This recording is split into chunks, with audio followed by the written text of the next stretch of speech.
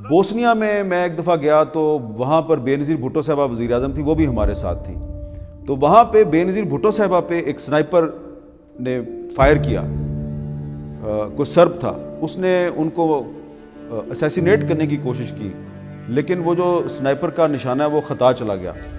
لیکن ہم سب نے بلٹ پروف جیکٹس پہنی ہوئی تھی، تو نشانہ وہ تھی، لیکن جب ہم واپس جا رہے تھے تو ایسا لگ رہا تھا کہ یہ ایک کوئی زندگی جو ہے اس کو بچا کے ہم واپس جا رہے ہیں. تو ایک صحافی کی زندگی میں اس طرح کے بہت سے واقعات آتے ہیں. لوگ سمجھتے ہیں کہ آج کل کے زمانے میں صحافت جو ہے وہ بڑا آسان کام ہے، لیکن آج کل تو صرف وار زونز میں ہماری زندگی خطرے میں نہیں ہوتی، جہاں پہ جنگ نہیں ہو رہی ہوتی وہاں پہ بھی ہم حالت جنگ میں رہتے ہیں.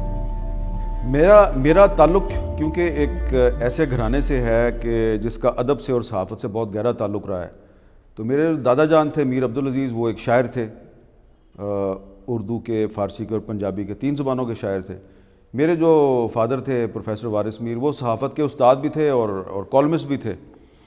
تو جب میں نے آنکھ کھولی اور ہوش سنبھالا، میرے ارد گرد کتابیں تھیں.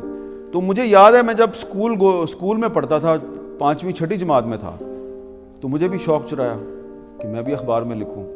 میں والد صاحب کو دیکھتا تھا، ان کی اخبار میں کالم چھپتا تھا، تصویر چھپتی تھی.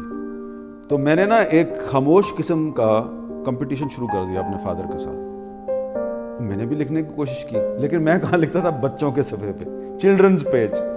تو میری وہاں پہ کوئی چیز چھپ جاتی تھی، میں وہ اخبار چھپا لیتا تھا تاکہ پتہ نہ چلے.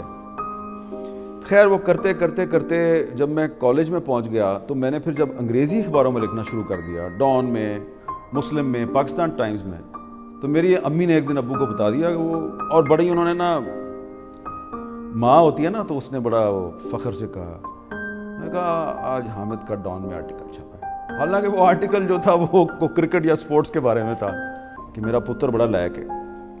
تو والد صاحب جو ہیں وہ پریشان ہو گئے. انہوں نے اخبار منگوایا، دیکھا،